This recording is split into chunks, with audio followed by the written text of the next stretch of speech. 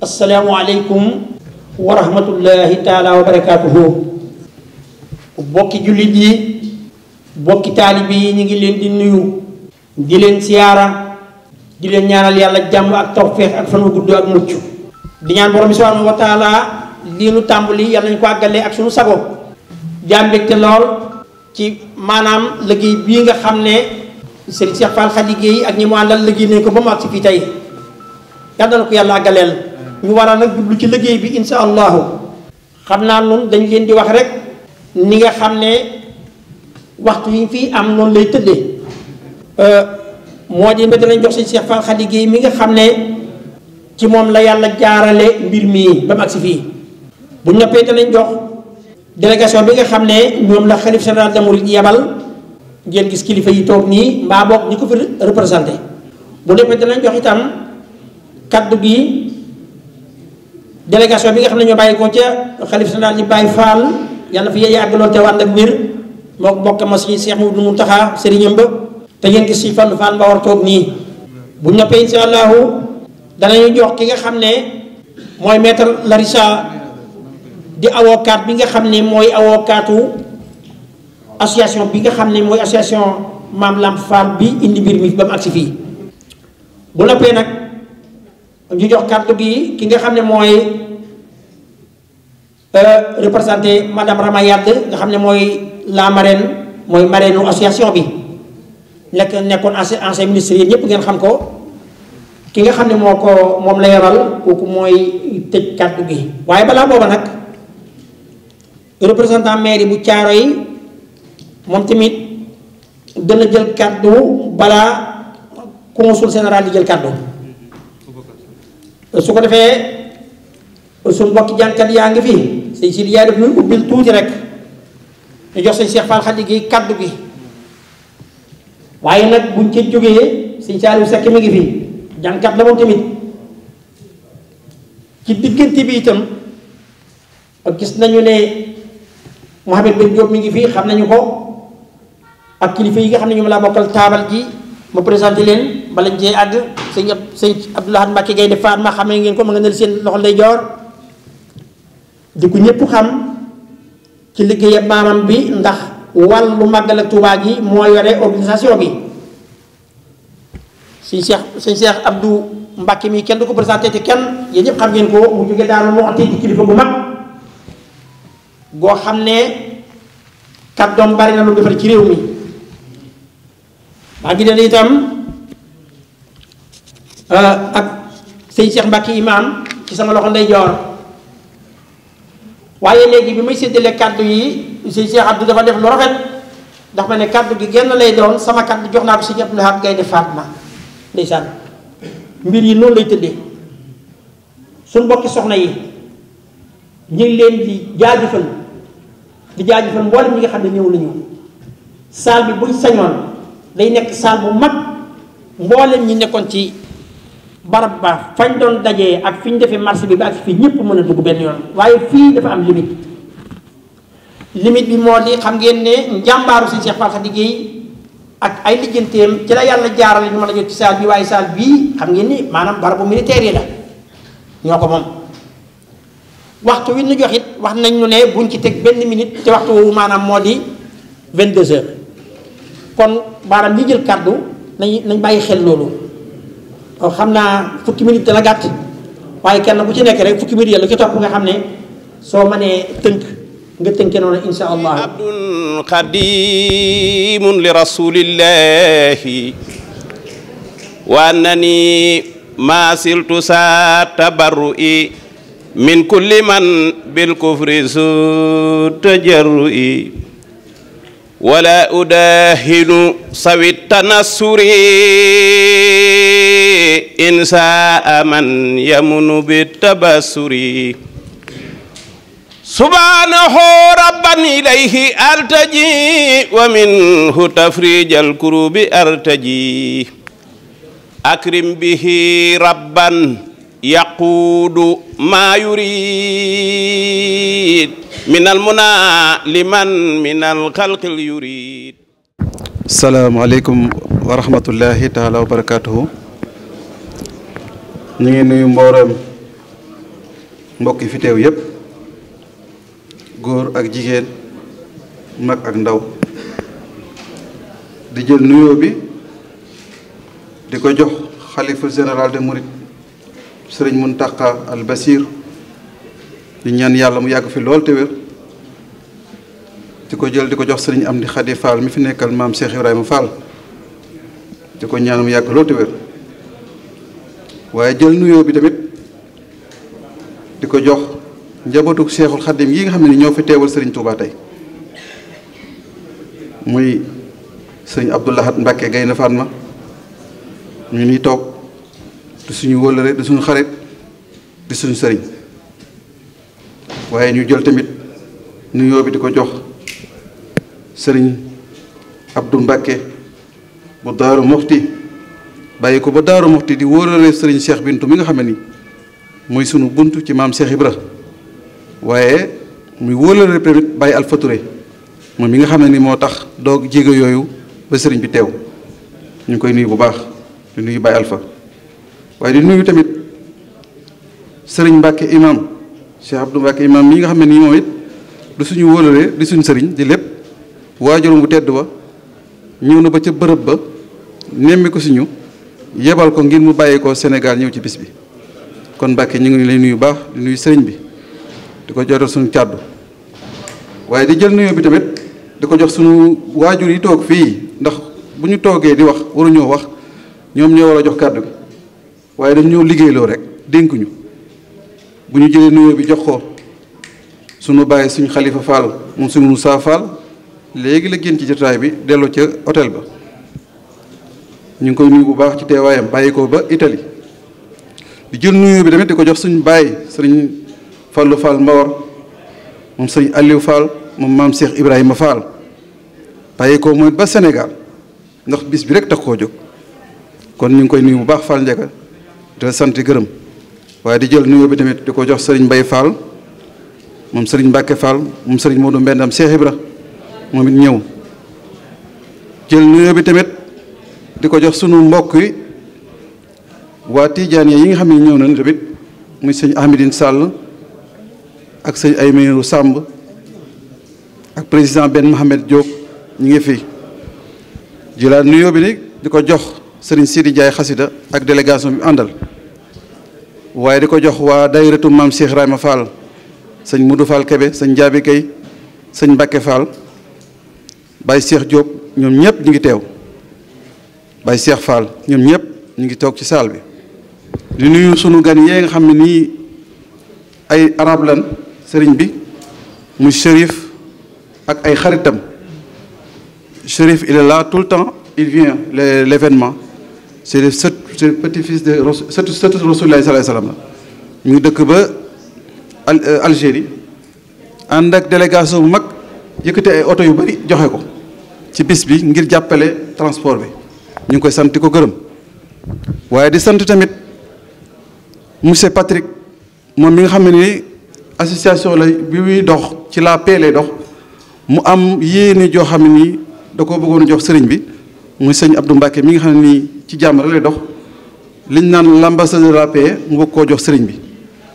mook sëñ Abdou Lahad Gaïndé Fatma mii loolu service bu bees la ci liggéey bi waaye di nuyu tamit monsieur le maire Thiaroye mi nga xam ne nii Mbaye Sène sëriñ bi ngeen ñaanal ko waaye di nuyu président Mohamed Ben Diop moom mi nga xam ne nii diggante Sidi Alaaji Malick Sy ba ñuy taxawal liggéey bi 2018 ci Arc de Triomphe ñu koy wut yombul ndax ñu bari dañ ne woon mënul nekk Arc de Triomphe nit ku ñuul dafa taxaw de poser serbe ñun ak nasaraan yi di yéeg ak wàcc ba ñu autorisé ko ñu autorisé ñu 8 mai nga xam ne ni chaque année le matin la ñuy ñëw avant président Macron poser serbe sëñ Fallou Fall ak maam Sidi Ahmed Sy ak mboolem tirailleurs yi ñuy dem di dem ba sëñ Ahmedine Sall gis ko ci télé bi jaar ci Mohamed Ben Diop mii ba yàlla def tey ñoom ñu yëg si liggéey bi tam ñu yóbbu ko fu kawe ba moom mii tey sëñ Ahmedine du jóg ci bureau ba di ànd ak ñun liggéey bi ba tey ay kilifaam waa Tiwaawan ñëpp ñëw nañ sëñ Abibou ñëw na ak mboolem délégation bu forte boo xam ne suba incha allah Arc de Triomphe ñoo fay dajee sëñ bi teg serbe si sëñ Adama si sëñ Abdou Mbacke ak mboolem njabul sëñ Touba ak sëñ Abdou Gaynde Fatma yëkkati ger bi sëñ Fallou Fall posé ko ak sëñ Fallou Fall Mbawar ak sëñ Baye sëñ Khalifa Fall ak mboolem njabootu maam Cheikh bi waaye di nuyu tamit suñ Baye Cheikh Ibra Dieng moom it bàyyi ko ba Sénégal dégg nga ni mu wax léegi fi mu jaar Turquie fu nelaw jaar ngir dugg si ñu yàgg ànd ak moom liggéey bi ñu koy seedal sëriñ bi di nuyu soxna Fatma sunu mbokk yi soxna Yaay Fall yi di leen sant di leen gërëm di sant hôtesse yi soxna Fat Bintu bàyyi ko ba Italie moom it ah ñoom soxna Jeyna ba du nuyu suñu xarit yee nga xam ne nag kële moom dafa bëgg nekk président France monsieur Patrick non mu ngi ne le bilaay woo ko woo leen ñëw ñoom dañoo bëgg a nekk dafa posé candidature sëriñ bi pour nekk président de la République française ñu ngi nii daaw ñëwoon nañ fii ci salle bi ren tamit ñëwaat nañ ay autorité française lañ yéen membre ñoom it ay membre lañ ci comité de flamme nuyul sëriñ bi c'est le guide de Touba saluez le cheikh bonjour voilà vas-y allez-y voilà merci on salue madame Larissa Otier, l'avocate de l'association. Il va parler tout à l'heure sur le droit étranger. On va attendre maître Souleymane Fall, l'avocate de l'association. Il va venir tout à l'heure. Maître Souleymane Fall, l'avocat Serigne Touba est là. Il va faire une intervention. Pourquoi l'association Serigne Fallou Fall avec LAMP il fait un travail extraordinaire. Depuis nous fondons cette association, depuis 2018, nous président de nous, c'est Mme Ramayad, l'ancienne ministre ici en français. Actuellement, il est aux États-Unis, Washington. Il a envoyé Martar Kamara. Celui va parler son parole. Il a travaillé énormément sur l'association. Depuis, on est là en France, on travaille ensemble. L'association Serigne Fallou Fall, quand il vient à 19 Jali, c'est un petit local. Il y a 543 adhérents, beaucoup de nationalités différentes. On aide tout le monde. Matin, midi, soir, on accompagne les gens en difficulté, surtout les femmes. On aide pour la régularisation, on aide sur le droit au travail, on même ouvrir le compte bancaire CBAO pour que les gens ici,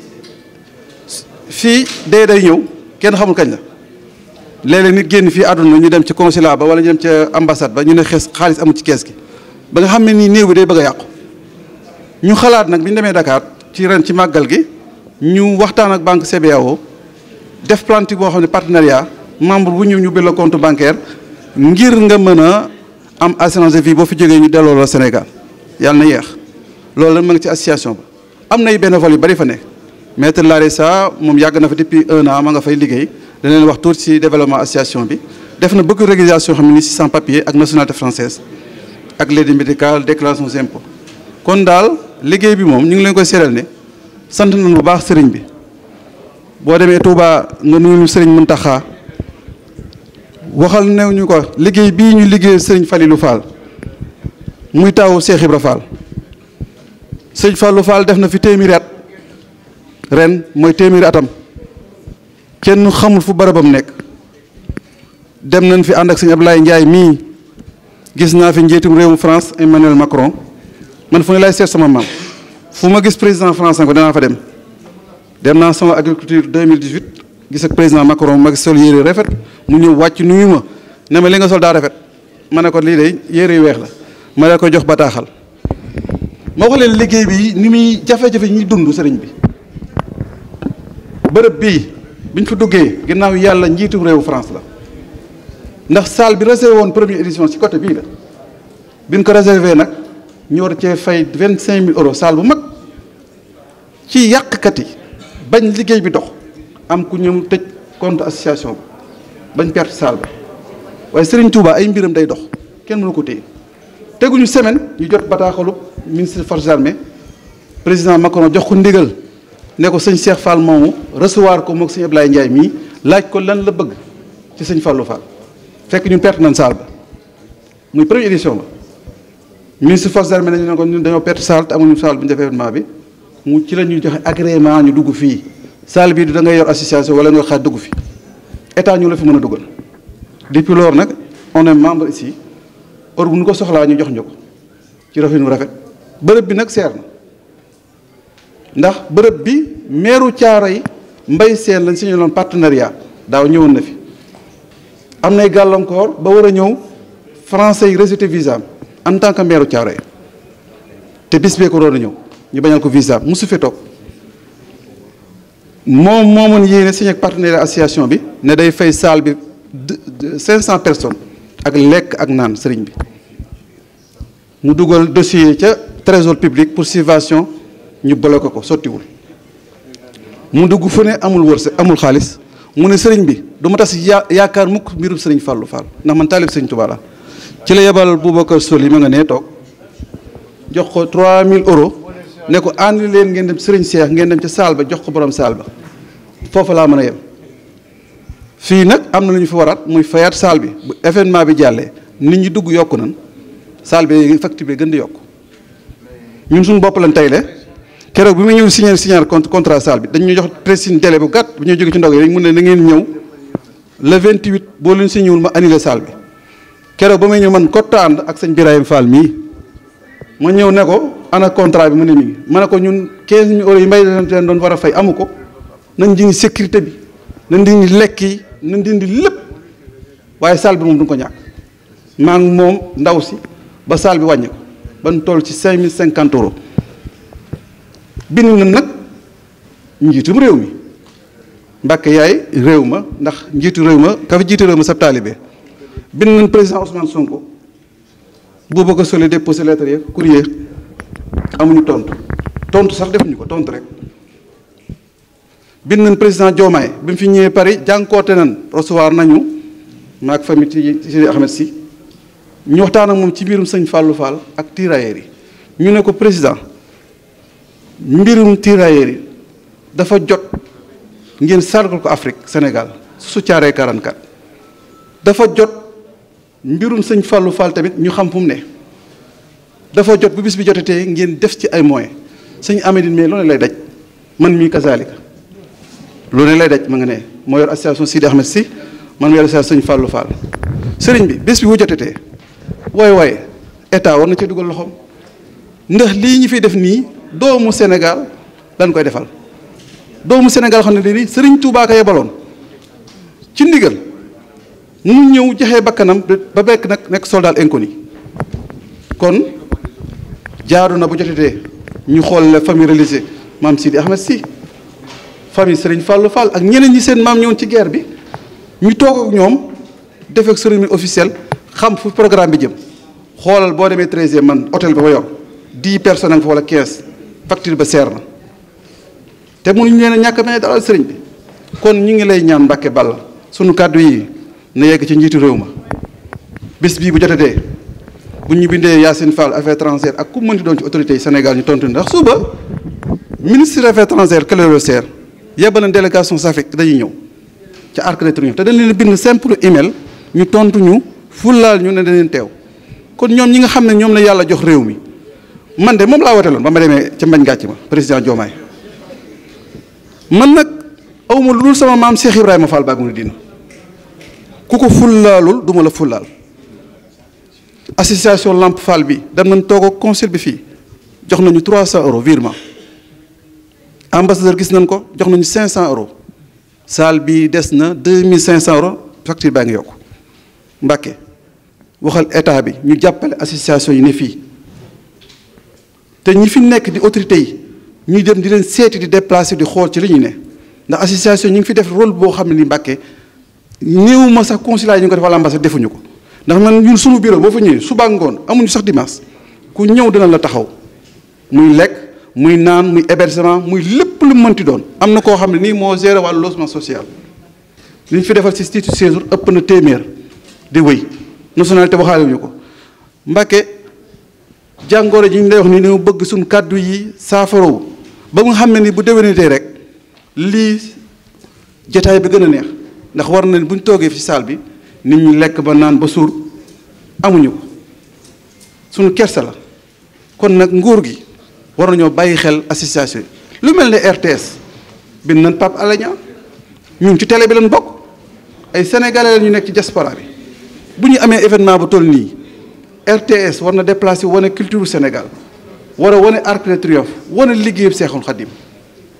kon nag Mbàkke tawar yooyu leen lay wax rek di tuub bu baax ci kàddu yi di sant sëñ Baara Fall mu sëñ Fall Fatim Gueye ma nga ne teew ànd ak délégation ak sëriñ Sidi Fall ak mboolem taalibe yi ak di sant mboolem ñu ngi jox suñ mbokk taalibe yi nekk suñ mbokk tubaab yi ñoom comme kii dafa bëgg nekk président France nee naa ko ba nekkee président France xëy yow di ñu jàppale ko ni ngeen ko ñaanal il est candidat à l'élection présidentielle bientôt c'est mon ami et lui monsieur le président il est à côté son association il travaille beaucoup. Normalement je suis face à Marine Le Pen mais Marine Le Pen est hors jeu alors. Voilà ñu ngi leen di bàyyi nag di jégalu ñëpp di sant ñëpp di sant soxna yi ñu tudd suñu hôtesse yi ñu ngi leen di sant bu baax di sant mboolem góor ak jigéen. Messieurs, mesdames, bonjour à tous. Pour moi, c'est un très grand plaisir d'être ici et de vous dire des choses nécessaires. Sauf que je serai très court. Déjà, candidat à la présidentielle française en 2027 face à Marine Le Pen, sauf que Madame Le Pen est hors course. Bon, il y en a d'autres. Et si je suis élu, je suis certain que sous mon action, c'est-à-dire avec la France que je fera tout pour que l'Afrique, pas seulement le Sénégal, mais l'Afrique, devienne la prochaine puissance mondiale, comme la Chine. bu soobee yàlla association bii moom bu nu yàlla dimbalee ca lanu ministre de force armée waxoon ba nga ko nee saa maam bàmmeelam dong laa bëgg a gis daf leen ne lu weesu tey France dana ci taxaw ba wan leen bàmmeel bi loolu nag ba léegi génn guñ ca kon loolu rek dina nu doy ñu mën caa sukkandiku ni France di jàppalee association bi Sénégal it incha allahu ñu ngi ñaan ñu jàppale nu association bi ni nga ko waxee loolu ñu ngi ci am yaakaar bu baax sëriñ bi kon bismillah li nga doon ñaan léegi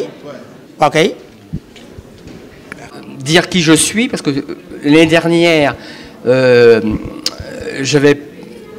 l'avais peut-être dit mais ça fait un an. Moi je suis Philippe Boulan, parisien. Et je suis président d'une association qui s'appelle l'Union nationale des combattants, l'UNC. C'est la plus importante association du monde combattant en France. Et nous avons été fondés en 1918, au lendemain de la Première Guerre mondiale, par quelqu'un qui est bien connu au Sénégal, puisqu'il s'agit du père Brottier. Le père Daniel Brottier, qui était un prêtre, un spiritain, donc un religieux, et qui avait cette intuition, alors même qu'il était encore dans les tranchées, il a passé toute sa vie, toute la guerre, pardon, il a passé toute la guerre de 1914 à 1918 sur le front, c'était un aumônier volontaire, et il est revenu miraculeusement vivant de cette guerre, et il a décidé avec ses amis de fonder cette association, l'Union nationale des combattants, pour venir en aide aux victimes, aux blessés, aux veuves, aux orphelins de l'époque. Et dans une autre vie, avant cette guerre, il avait été prêtre au Sénégal, à Saint-Louis du Sénégal, et c'est lui qui a eu l'initiative de la fondation, de la création, la construction de la cathédrale de Dakar. Voilà. Donc malheureusement, je ne suis pas encore allé au Sénégal, j'espère un jour, mais je sais qu'il est bien connu et qu'il y a même, je crois, une statue au Sénégal. Voilà. Donc nous avons un point commun. Nous avons un point commun par le père Brottier entre la France et le Sénégal. Par ailleurs, je n'oublie pas, et les Français n'oublient pas ou ne doivent pas oublier ce que la France doit aux tirailleurs sénégalais.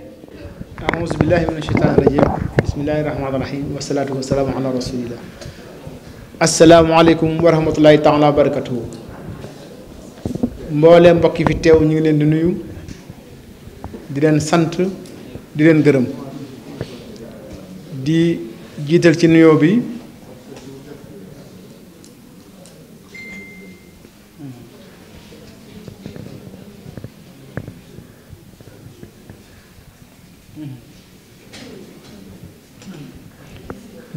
sëriñ Abdou bu ba Cheikh Khady ak bokkam yu tedd yi mu àndal jógee Daaru Muxti teew fi Daaru Muxti teewul fi Touba di nuyu njabootu Mamour Diarra gi mu fi tudd léegi waaye di nuyu mbooleem njabootu Maam Cheikh Ibrahima Fall gépp nuyu boobu ñu koy teg ci loxoy sëriñ Fallu mu jàllale ci mbooleem kilifa yi di nuyu njabootu Seydi Hadj Malick gi fi teew di leen sant di leen gërëm teg nuyoo bi ci loxol Sëñ Amidine Si sa sàll benn la rek di ko yóbbante ci Sëñ Habibu ak mbooleem ñi mu àndal ñëpp di nuyu mbooleem mbokki fi teew yëpp di beral am nuyoo nag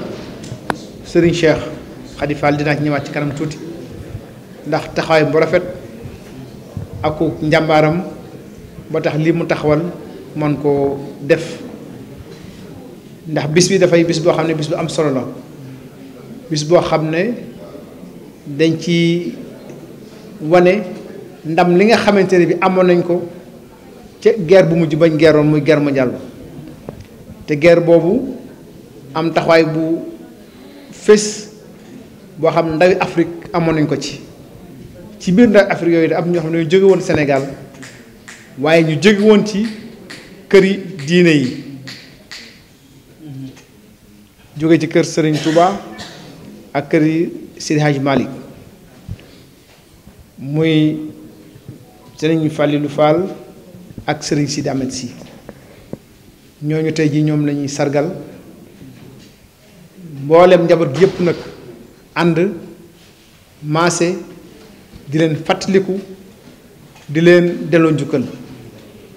ndax ba nga xamee ne tubaab yi jaaxle nañu ci néew ay soldaar ndax ñu ci baree bari booba faat nañ leen wala ñu blessé ba mëntuñu xeex ñu ne nañu delluwaat ci Afrique jëlaat fa yeneen soldaar indiwaat leen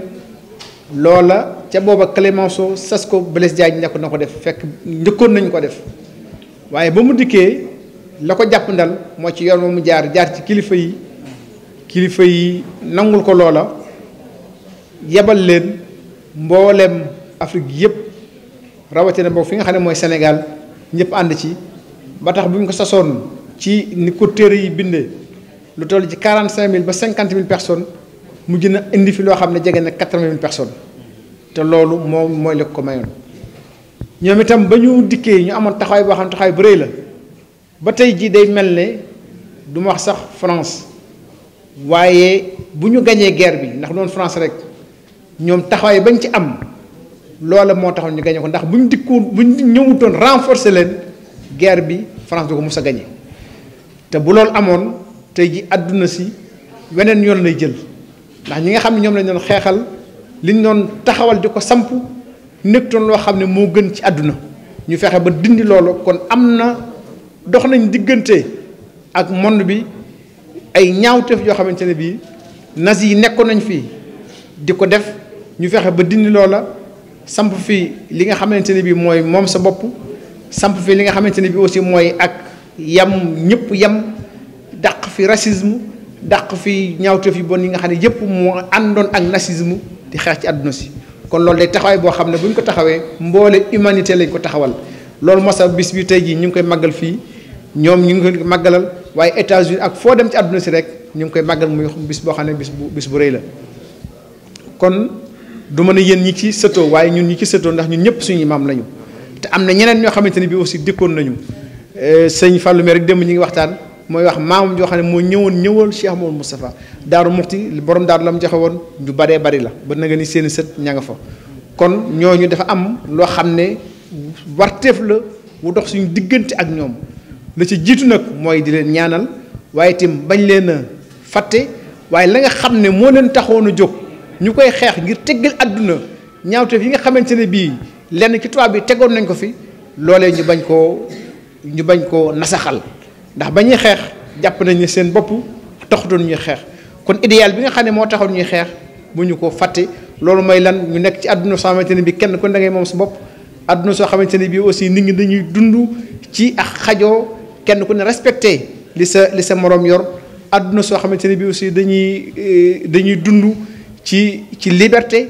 àdduna soo xamante ne bii aussi racisme daf fi jóg àdduna soo xam ne aussi kenn du noot sa moroom kon loolu mooy li ñuy war di fàttaliku te tey bu ñuy laaj réew yi ñu doon xeexal muy réew tubaab yi pour ñu delloo ñu njukkal foog naa njukkal la foofee la war a tàmbalee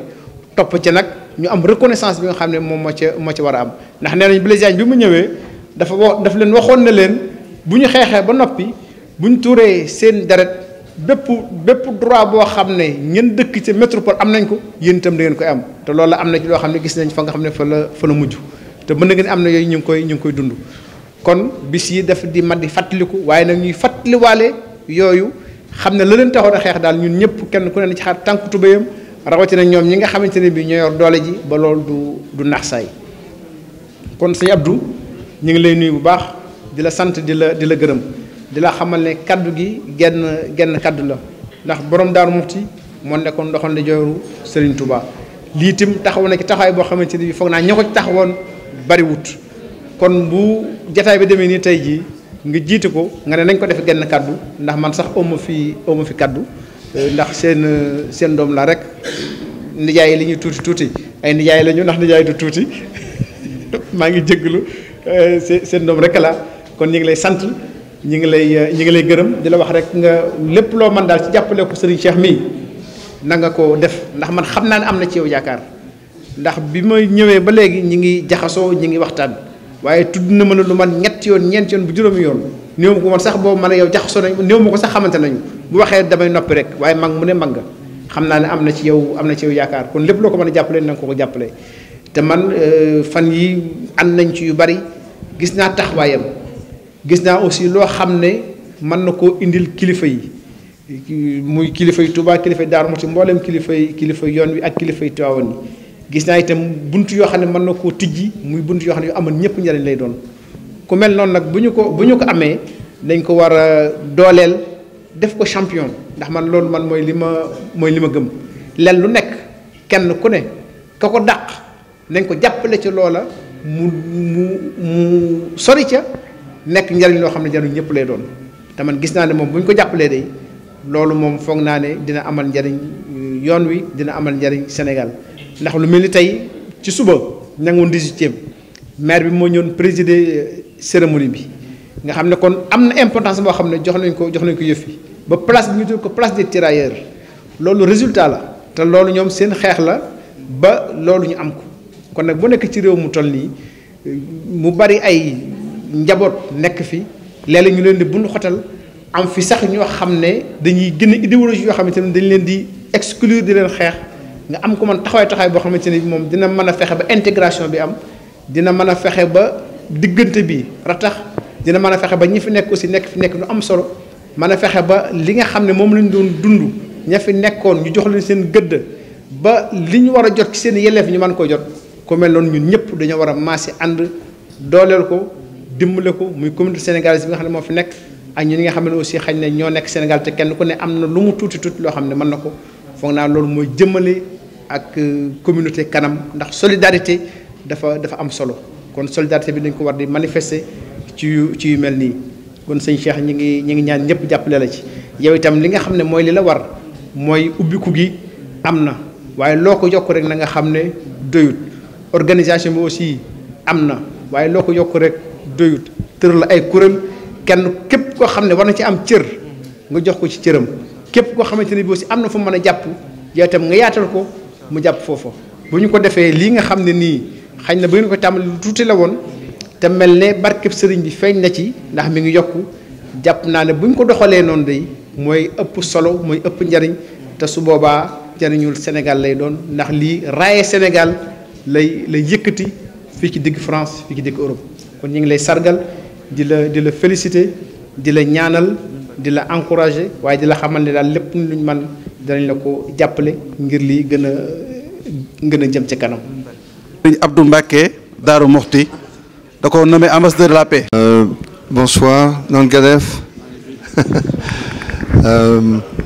Voilà, dans la Fédération pour la paix universelle, un statut ECOSOC aux Nations Unies pour la paix.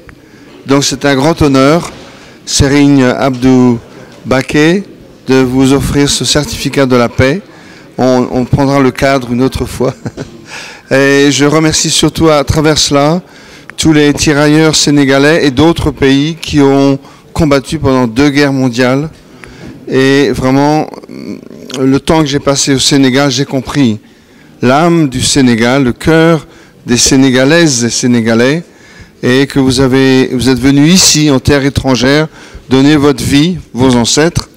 pour la liberté en Europe et bien sûr la France. Donc il n'y a pas de mots pour dire merci, sachant en plus que nos ancêtres ont fait de très mauvaises choses au peuple d'Afrique. Donc je me repens de cela, mais je remercie votre présence et surtout le Serigne. Merci beaucoup. Merci. Alors, je suis maître Larissa Ogier, avocat au barreau du Val-de-Marne. Il faut savoir que j'ai intégré l'association Lampfal. Alors, l'association Lampfal, en fait, elle est dirigée par monsieur Serigne Fall. Donc, elle a pour but, en fait, de vulgariser le droit, puisque lorsque les personnes arrivent sur le territoire français, elles ne sont pas forcément informées de leurs droits et de leurs devoirs. Donc l'association a pris ce rôle-là et elle intervient dans plusieurs domaines. Donc elle intervient notamment sur le plan social. Sur le plan social, elle aide les personnes notamment dans leur demande d'aide médicale d'État afin de leur faciliter la possibilité de se soigner sur le territoire français. L'association intervient également sur le plan bancaire pour pouvoir aider les personnes dans l'ouverture des comptes bancaires en France. Et elle intervient également dans le domaine juridique, puisqu'on tient des permanences juridiques tous les samedis, de 14h à 17h. Et ces permanences, elles ont pour but de vulgariser le droit, comme je disais précédemment, pour pouvoir expliquer aux personnes leurs droits et leurs obligations, puisque lorsqu'on arrive sur un territoire étranger qu'on ne connaît pas, il faut être informé de ce qu'on peut faire et de ce qu'on ne peut pas faire. Parce que comme on dit, nul n'est censé ignorer la loi et donc il est important d'être informé de ses droits et obligations lorsqu'on arrive en terre étrangère. Et donc c'est vraiment le rôle de l'association et ces permanences elles sont animées par moi tous les samedis de 14h à 17h. Donc toutes les personnes qui ont besoin d'avoir des informations juridiques sur leurs droits et obligations ici en France, vous pouvez venir à l'association tous les samedis et je serai ravie donc de vous informer sur ce que vous pouvez faire, sur les démarches administratives que vous devez réaliser, notamment pour les demandes de titres de séjour. Et il faut savoir qu'à travers ces différentes actions, l'association a pu aider de nombreuses personnes, notamment dans leur demande de titres de séjour et pour leur régularisation. Donc, toutes les personnes qui ont besoin, n'hésitez pas à passer à l'association. Et je vous remercie en tout cas pour votre présence ce soir. C'est un honneur pour moi d'être présente ici ce soir. Et je vous demande de continuer à aider l'association et de soutenir l'association massivement parce qu'on en a besoin. Que ce soit financièrement, on a besoin d'aide. Et donc, continuer à soutenir l'association afin qu'elle puisse continuer à œuvrer et à aider tous les compatriotes sénégalais, africains, ivoiriens, gabonais et tous ceux qui ont besoin. Je vous remercie. yëpp ku nekk ci turam ak santam di yëkkati ay kàddu cant di ko jëmale ci sëñ Cheikh Khady Gueye gannaaw ma sante kilifa yëpp ci turu meeru Thiaroye wax dëgg yàlla amoon na yéen a ñëw teew comme ni ko sëñ Cheikh Khady Gueye waxee sànq pour ñëw jàpp ci liggéey bi comme daaw ni mu ñëwee woon waaye nag am ay gàllankoor mu yebal ma nag pour man ma teel a ñëw jàppale sëñ bi ci liggéey bi ma daal di ñëw nekk ci liggéey bi ànd ak sëñ bi ci liggéey bi waaye wax dëgg yàlla amoon na yéene lool comme ni ko sëñ bi waxee ñëw jàpp ci liggéey bi parce que liggéey bi liggéeyam la bi mu fi ñëwee daaw ba léegi ba ren wax dëgg yàlla li mu sumb ci liggéeyu Thiaroye gis na ci yokkute lu bëree bëri parce que ren rek gis ngeen décembre bi passé événement bi nga xam ne moo amoon Thiaroye mooy célébrer tirailleurs sénégalais yi te wax dëgg yàlla bi mu fi ñëwee moom jàngat na ci lu bari ba sóobu ci liggéey boobu yàlla may ci ndam te wax dëgg yàlla am na yeneen liggéey nga xam ne sóobu na ko biir Thiaroye mi ngi ci dox di ci avancé bu baax a baax te ginnaaw yàlla ñaan yi nga xam ne jëlee na ko fi yoon loolu jëriñ na ko trop mi ngi wane nag mbégteem ak benn part xam nga xol bi xaw na naqari tuuti parce que bëggoon na fay teew ak délégation pour ñëw jàpp ci liggéey bi pour ñëw participer ci waaye wax dëgg yàlla itam ñi ngi sant bu baax sëñ Cheikh ci taxawaayam ci yaatuwaayam man de ba ma fi ñëwee ba léegi jàng naa ci lu baree bare ci moom parce que doomu aadama nit buy ñëw ci yow taw xam ni bokk leen xeet bokk leen dëkk bi ngeen jógee waaye nga mën koo teral taxaw ko lijjanti ay mbiram mu sotti man loolu yéeme na ci moom jàng naa ci moom lu baree bari di ko ñaanal rek comme ni ko sëñ Abdou Lahad Mbacké waxee ñu taxaw ko soxla ko na ko trop man mi nekk ak moom 1 mois di xëy ak moom guddeeg bëccëg xam naa ni soxla na moyen état bi jàppale ko ñeneen ñëpp jàppale ko ci liggéey bi nga xam ne su mën ko muy liggéey bi nga xam pour intérêt ñëpp la asalaamaaleykum wa rahmatulah maa ngi gërëm ñëpp di sant ñëpp. Salaamaaleykum tout le monde, bonsoir. Au nom de son Excellence Madame Ramayad qui m'a envoyé pour venir apporter son soutien à Serigne Cheikh Khady Gueye, je vous remercie tous de votre présence et puis donne rendez-vous demain à l'Arc de Triomphe. Merci. loxo yi tàllal loxo yi sëñ bi ñaan waa sëñ bi bismillah. nangu leen ñaan wax leen amiin amiin may ko tuuti nee na ma.